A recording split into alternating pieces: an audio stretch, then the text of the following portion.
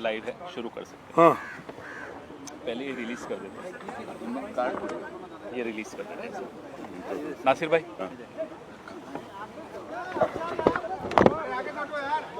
खड़े हो जाओ।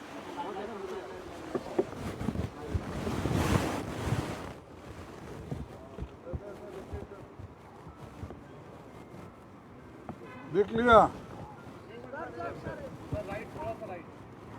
थोड़ा सा भाई, हम लेफ्ट में ऐसा लेफ्ट टू सेंटर है।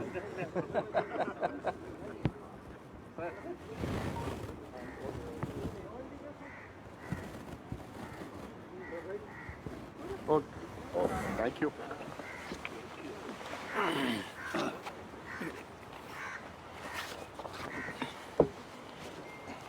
सभी मेरे मीडिया के दोस्तों, हम एक आज black pepper against the government निकाल रहे हैं, क्योंकि वो हमेशा अपनी बात को पार्लियामेंट में जब रखते हैं तो बार बार अपनी कामयाबों को सुनाते हैं और उनके फेल्यूर्स को छुपाते हैं।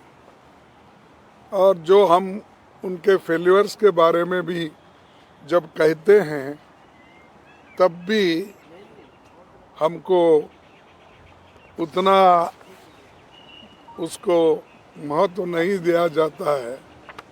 तो इसलिए हमने सोचा कि एक ब्लैक पेपर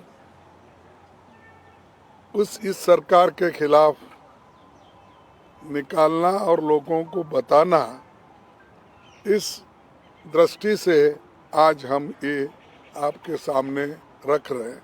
वो बाद में देंगे जो अपना ये है डिटेल्स, लेकिन उसमें मेन मुद्दे ये हो गए कि बेरोजगारी जो सबसे बड़ा मुद्दा है देश में, और इसकी बात कभी बीजेपी की सरकार नहीं करती, और न करने से आज वो हमेशा 10 साल की तुलना करने का सोचते हैं। और मुझे कभी कभी ऐसा हंसी आती है कि उन्होंने परसों पब्लिक सेक्टर्स की बात करके उन्होंने बताया, लेकिन ऐसा नहीं कौन सा बताया कि जो पंडित जवाहरलाल नेहरू जी के ज़माने में HAL, HMT, BEL, BHEL ऐसे चीज़ें कोई है उन्होंने कभी बताया नहीं।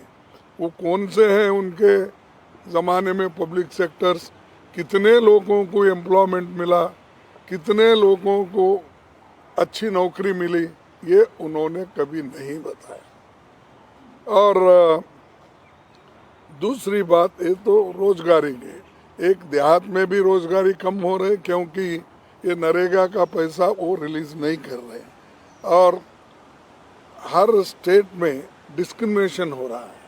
जैसा कि कर्नाटक है, आंध्रा है, जहाँ भी बोलिए, या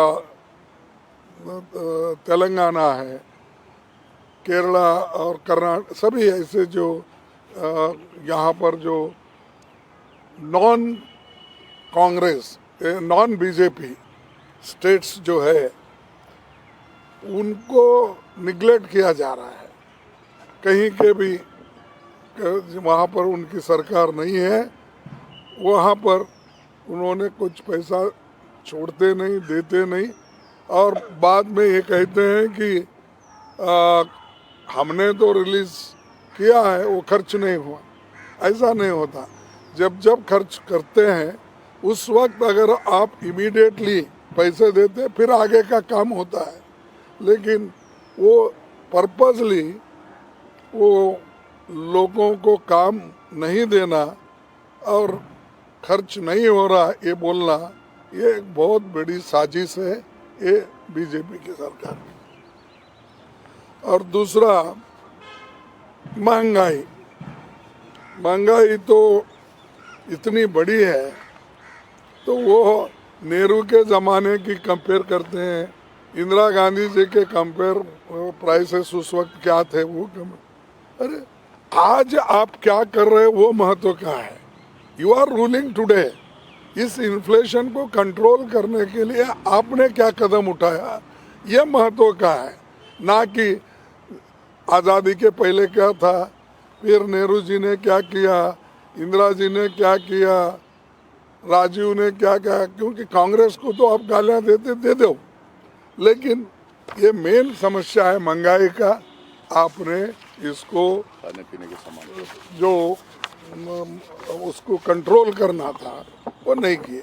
और ऐसे है चंद ये पल्सेस है, ये आप कंट्रोल कर सकते हैं। तेल है आप कंट्रोल सकते। एसेंशियल कमोडिटीज जितने भी होते हैं उसको कानून है कंट्रोल करने का, लेकिन चंद ऐसे उनके लोग हैं, उनके दोस्त लोग हैं, वो यहाँ पर अगर महंगाई हो गई तो बाहर से इंपोर्ट करते हैं, वो जहाज समंदर में रखते हैं टिल यहाँ के प्राइसेस राइज नहीं होते। जब प्राइसेस राइज होते हैं तब वो समंदर में से रहने से जहाज पोर्ट पे लाते हैं। पोर्ट पे इसे लाने के बाद ही उसको वो टैक्स लगेगा, वो लगेगा, ये लगेगा, इसीलिए वो भी काम वो करते हैं। यानी दे ट्रीट बिग जो जहाज होते हैं उनको एक गोडाउन के तरफ वो ट्रीट करते हैं। तो ऐसा भी फायदा वो लोग अपने दोस्तों को करके देते हैं। और तीसरा किसान, किसान का हम नहीं बोल रहे, किसान लोग तो धरना बैठे यहाँ, और किसान लोग वहाँ पर 1 साल तक बैठे, उनकी कोई चिंता उन्होंने नहीं की। और 3 काले कानून लाके उन्होंने फिर बाद में वापस लिया। तो इसका मतलब ये है कि समझदारी नहीं है, और उससे किसानों को फंसाया जा रहा है कि एक तरफ मैं एमएसपी ज़्यादा कर दूँ बोले, मैं किसान की आमदनी डबल करूँगा बोले, कहाँ है वो सब। और ये सब बातें पार्लियामेंट में उसका उत्तर या उसके बारे में कुछ नहीं बोलते, ना बेरोजगारी के बारे में बोलते हैं, ना महंगाई के बारे में बोलते हैं, ना किसानों के बारे में। दूसरे चीज़ लाना जो इर्रेलेवेंट है, और उसी के ऊपर वो भाषण उनका चलते रहता है।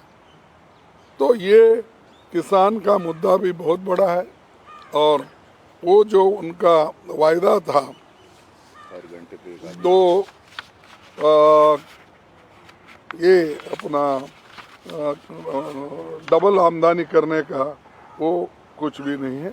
और ट्रैक्टर पे, इस पे, ये जो एग्रीकल्चर इक्विपमेंट्स है उनके ऊपर भी जीएसटी लगाया गया। और एमएसपी की गारंटी तो छोड़ो, मोदी की गारंटी बोलो, ये गारंटी लिखो ना। गरीब के जो आपने कहा कि मोदी की गारंटी एमएसपी थी, मैं नहीं कर सका, नौकरियां 2-2 करोड़ हर साल देना था, मैं नहीं कर सका, ये मोदी की गारंटी है ना। अब नए गारंटी निकले हैं, तो ये जो है इसके बारे में। और सामाजिक न्याय, देखिए सामाजिक न्याय वो बहुत बोलते हैं, मैं president of India schedule caste को बनाया, शेड्यूल ट्राइब मैं शेड्यूल ट्राइब को बनाया, मैं फलानों को बनाया। अरे ये इम्पोर्टेंट नहीं, ये तो बनते रहते, तुम्हारे पार्टी की एक पॉलिसी रहती। हमने भी बनाया, हमने तो ऐसे ऐसे नेताओं को शेड्यूल कास्ट के प्रेसिडेंट बनाया जो इंटरनेशनली फेमस थे। मैं ये नहीं कर रहा हूँ, कोई इनको क्रिटिसाइज नहीं कर रहा हूँ, मैं इनका भी महत्व मैं जानता हूँ, लेकिन अच्छे पढ़े लिखे लोगों को और अच्छे इंटरनेशनली फेमस जर्नलिस्ट थे, फिर एम्बेसडर थे, फिर वाइस प्रेसिडेंट बने, फिर उसके बाद में वो प्रेसिडेंट ऑफ इंडिया बने, वो शेड्यूल कास्ट थे। तो ये बातें उन्होंने वहाँ बोलना, बाबा साहब अम्बेडकर के बारे में हम फोटो लगाए, वो बोल, इससे देखो ये तो इमोशनल चीज़ें हैं, लेकिन आदमी को रोजगार देना ये इम्पोर्टेंट है। इसकी बात आप करना चाहिए, इसके लिए हम बोलते। और सामाजिक न्याय उस वक्त मिलता है, हर चीज़ में आप लोग भागीदारी देना चाहिए। पब्लिक सेक्टर्स क्यों इंसिस्ट कर रहे हैं? पब्लिक सेक्टर्स अगर ज़्यादा बने, बड़े बड़े बने, तो उसमें एम्प्लॉयमेंट ज़्यादा मिलता है और SC ST OBC का वहाँ पर एक परसेंटेज जो मिलता है वो परमानेंट मिलता है। वो इधर उधर भागने की जो कॉन्ट्रैक्ट जॉब करना, डेली वेजेस करना, ये सब उसको स्थिरता नहीं देती और ख़ास करके उनको एक स्टेबिलिटी भी नहीं मिलती। तो इसीलिए हम चाहते थे कि पक्की नौकरी दो, गवर्नमेंट सर्वेंट में पक्की नौकरी दो, पब्लिक सेक्टर्स में दो, और अगर स्मॉल स्केल इंडस्ट्रीज उसमें इन्वॉल्व करना है तो उनको एस्टैब्लिश करके उनके हाथ में दो। जैसा आप करोड़ों रुपए बड़े बड़े कॉरपोरेट को देते हैं, थाउजेंड्स ऑफ करोड़ लोन देते हैं, क्यों नहीं इनको जितना उनके धंधे के लिए, उनके काम के लिए 5-10 करोड़ होना है तो देकर आप उनको एस्टेब्लिश करो। वो नहीं करते, वो नहीं बोलते। अपनी भाषा अच्छी है और हिंदी में सब कुछ बोल के हम निपटा लेंगे, तो उससे आर्थिक परिस्थिति भी बढ़ती नहीं, उसके इन्फ्लेशन भी कम नहीं होता, उससे एम्प्लॉयमेंट भी ज़्यादा नहीं होता। तो ये, और 5वां पॉइंट है, लोकतंत्र पे खतरा ये ज़रूर है, क्योंकि एक तो अब डरा डरा के, धमका के इलेक्ट्रल बॉन्ड भी, पैसा भी आप वसूल कर रहे हैं इंडस्ट्रीज के पास। हमने नहीं पूछा, अभी तुमने चाबी फिराते हो पीछे, वो आगे आके देते हैं, वो सब छोड़ के हमने किसी को पूछा नहीं, किसी को तंग नहीं। तंग कैसा करते हैं? ED की नोटिस भेजना, CBI की नोटिस भेजना, CVC की भेजना, और किसी ऑफिसर भी अगर उनके सुनता नहीं तो विजिलेंस को उसको रिपोर्ट करा, ऐसा तंग करके अपने पास लेते हैं। और इलेक्ट्रल बॉन्ड का भी इन्होंने इतना, फिर इससे पहले 10 साल पहले अगर उनके आइडियोलॉजी पे ही है, फिर इतने पैसे क्यों नहीं जमा होते थे, अब क्यों जमा? सो ये इनडायरेक्टली हरासमेंट, प्रेशराइज करके आप इलेक्शन में पैसा ले रहे हैं, और ये पैसा डेमोक्रेसी को ख़त्म करने के लिए यूज़ कर रहे हैं। 411 MLAs को 10 साल में उन्होंने अपने तरफ लिया। अब मैं ये नहीं कहता कितना पैसा दे के खरीदे, क्या करे, वो नहीं, लेकिन आपको तो मालूम है कितने सरकारें हमारे इलेक्टेड थे, जैसा कि मध्य प्रदेश, कर्नाटक, मणिपुर, गोवा, उत्तराखंड, ये सब आप जानते हैं कैसे गिरे ये, कि उनको इसमें ये डेमोक्रेसी को ख़त्म करना उनका काम है। और जो लीडर बोलता है उसको एक थ्रेट, मेरे को परसों मोदी जी के भाषण में मैं कुछ भाषण किए तो मेरे को 4-5 कॉल्स आए, कोई ऐसी गंदी गालियाँ दिया, वैसी दिया। तो मैं यहाँ पर कहाँ पर हमने पुलिस स्टेशन में रजिस्टर करवाया है, जो केस है वो देखेंगे। इससे पहले भी तुगलक पुलिस स्टेशन में करवाया था, इससे पहले मैं वहाँ 2-4 महीने रहता था साउथ एवेन्यू में, वहाँ पर साउथ एवेन्यू पुलिस स्टेशन में करवाया, अपने बेंगलुरु में करवाया, सदाशिव नगर। कितना, क्यों? अरे आप बहस करो, आपकी बहस के ऊपर लोगों को कन्विंस करो। ऐसा लोगों को लगा के डरा के हमको कमज़ोर करना चाहते हैं तो हम कमज़ोर कांग्रेस वाले भी होने वाले नहीं, मैं भी होने वाला नहीं। मैं तो इतनी कठिनाई देख के, एक ही घर में मेरे बाप एक बच्चे थे, मैं एक बचा, दो ही मिलके अब 83 तक मैं आया हूँ एज, और 53 साल से मैं पॉलिटिक्स में हूँ। एक इलेक्शन भी मेरी गई नहीं थी, परसों एक छोड़ के। लेकिन मेरे को भी इनडायरेक्टली गालियाँ देना, डिफेम करना, सोशल मीडिया में डालना, ये कर रहे हैं, करने दो। उनका काम है कि अगर शेड्यूल कास्ट का वो भी जिसके पीछे कोई भी नहीं है, ऐसे आदमी को अगर वो डिफेम करना चाहते हैं, और 53 साल में एक कलंक नहीं है। मैं 20 साल वहाँ मिनिस्टर था, 10 साल यहाँ मिनिस्टर और 8 साल अपोजिशन लीडर, वहाँ भी अपोजिशन लीडर 18 साल था। तो कोई मेरे तरफ उंगली उठा के भी नहीं बोल। अब ये लोग डराने की कोशिश कर रहे, ठीक है, डराने दो, वो बाद में की बात है। हम देखेंगे कि हम सिंपैथी नहीं चाहते, हम ऐसे हैं वैसे हैं।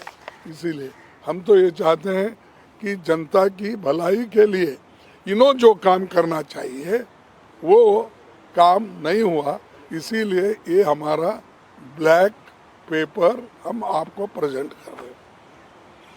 और दूसरा, हर ईडी सीबीआई ये लगाते हैं। देखिए हमारा क्या हुआ, उन्होंने झारखंड के सरकार को खत्म करने का सोचा, क्या हुआ, उल्टा हमारे को, जहां हमारे को 44 थे वो 48 हो गए। खैर एक आदमी बीमार था, प्रेजेंट 47 हो गए। क्यों करना ये एक्सपेरिमेंट? जब मजबूत सरकार है उसको गिराना, डराना, फिर उनको अलग रखना, ये चीज़ें वो करके आगे आना चाहते हैं। और कि हमको जनता का सपोर्ट है। जनता का सपोर्ट कहाँ है? अगर जनता का सपोर्ट होता तो पूरे देश में चीफ मिनिस्टर तुम्हारे ही होते थे। ये गिरा के चीफ मिनिस्टर नहीं बना सकते थे। और यहाँ से जो कांग्रेस वालों को अपने ले रहे हैं, लेकर जो सरकारें बना रहे हैं और उन्हीं से गालियाँ दिला रहे हैं। नेहरू जी को, इंदिरा जी को, सोनिया जी को, राहुल जी को, जो अपने पादयात्रा कर रहे हैं उन्होंने, और राहुल जी हर जगह जा रहे हैं तो भी उसके ऊपर टीका। राजा क्या वह राज्यसभा में थे? कल बोले वो। और क्या उनकी क्या वहाँ गलती थी? अरे ठीक है भाई, तुम लोकसभा मेंबर है, बोलो, उन्होंने जब आते हैं। तो ये जो स्टैंडर्ड है, एक प्राइम मिनिस्टर स्टेट्समैन के जैसे अपना आगे का विजन देना, उन्होंने क्या किया वो बोलना, वो छोड़ के मैं और 5 साल आऊँगा, मैं वो करूँगा, ये करूँगा, ये तो बोल रहे हैं आप। लेकिन मेरा यही है कि पिछले आपके करतूत क्या है, आज के करतूत क्या है, इसमें हम सब दिए हैं। और जो ये डिवाइड, देश को डिवाइड करने की बात, साउथ और नॉर्थ का डिवाइड करने का उन्होंने बोला। अरे भाई साहब, मोदी जी, आप जब चीफ मिनिस्टर थे गुजरात के, आपने पूछा केंद्र सरकार उस वक्त के यूपीए गवर्नमेंट को कि 50% टैक्स स्टेट को मिलना चाहिए। और उन्होंने ये भी कहा टैक्स नहीं देना चाहिए अगर हमको नहीं मिलता।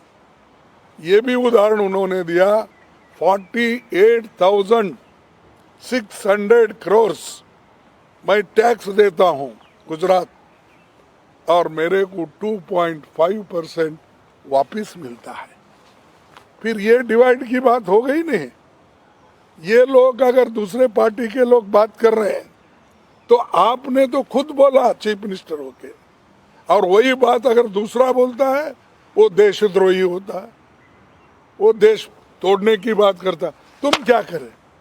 तुम तो देश तोड़ने की बात हमेशा करते, दंगे करवाए, पीछे लोगों को भड़काए, ऐसे ऐसे भाषण करके भड़काए, पूछो मत।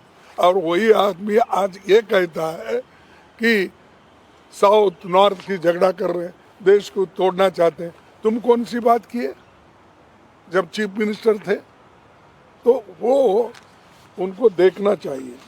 और गवर्नर तो ऐसे बने हैं कि स्टेट के डिक्टेटर्स, वो जो कहते हैं वही होना। कहीं भी गवर्नर्स को इन्होंने बिठाया है तो वहाँ सरकार को डिस्ट्रॉय करने के लिए बिठाया। जहाँ बीजेपी का सरकार है कोऑपरेट करो, जहाँ नहीं है उसको फाइल्स वापिस भेजो, पेंडिंग रखो, ये सब है इसमें। मैं ज़्यादा आपको यहाँ पर और भी कुछ नहीं कहना चाहता हूँ, लेकिन जो कुछ मैंने आपके सामने रखा है और इसमें पूरा डिटेल भी आप देख सकते हैं।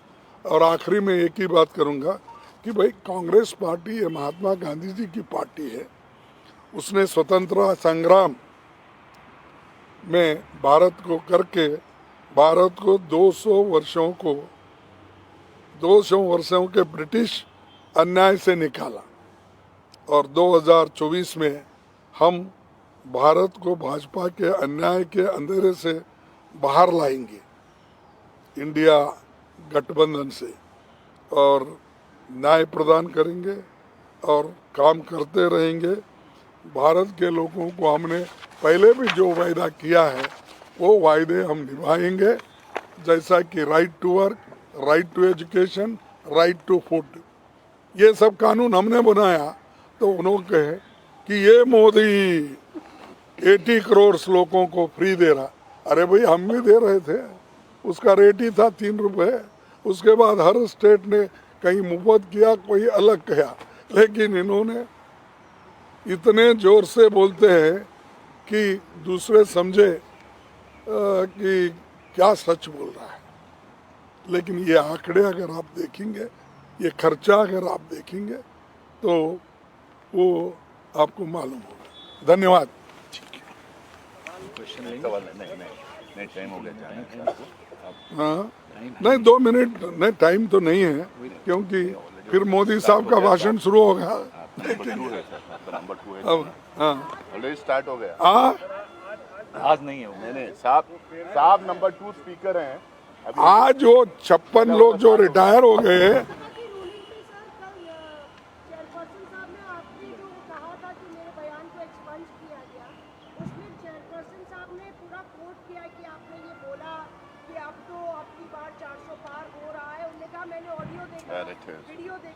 ये देखो ये सब झूठ है। आगे देखिए व्यादान, यानी गड़बड़ करके मेरे शब्दों को उन्होंने उसमें आने ही नहीं दिया। और ये भी बोला है वो एक्सपंज किए सो बात जो है रिकॉर्ड पे नहीं जाना, वो उसके बारे में मैं कुछ नहीं बोलता बोले। तो ये जो है ये तोड़ मरोड़ के जो बोल रहे हैं, ये पर्पजली कर रहे हैं। मैंने तो 2 पेज कर एक्सपंज हुए सो दिया था, क्यों नहीं उसके ऊपर बोल रहे? हाँ सर बीजेपी के सर बाबा सर जयंत चौधरी के बीजेपी के संपर्क में जयंत बाबा सिद्दीकी ने साइन कर दिया आपकी जयंत चौधरी ने पार्टी छोड़ दी है। इंडिया का एक और घटक ठीक है। मेरे वहाँ के लोकल जो चेयरमैन प्रेसिडेंट है, मैं उनको पूछ कर रिएक्ट करने के लिए क्या करते हैं, क्या हुआ है मैं देख सर जयंत चौधरी पे क्या जयंत चौधरी से आप लोग बातचीत कर रहे हैं, उनके बीजेपी में के साथ जाने की चर्चा है? देखो भाई, सबके साथ हमारे लोग टीम है, वो टीम बात कर रही है और वासनिक के नेतृत्व में 6 मेंबर की टीम है। हर जगह हम कांटेक्ट कर रहे हैं, लेकिन हर चीज़ डिस्क्लोज प्रेस को नहीं कर सकते जब तक वो ये नहीं बनता कि सीट कितने क्या है फिक्स नहीं होगा।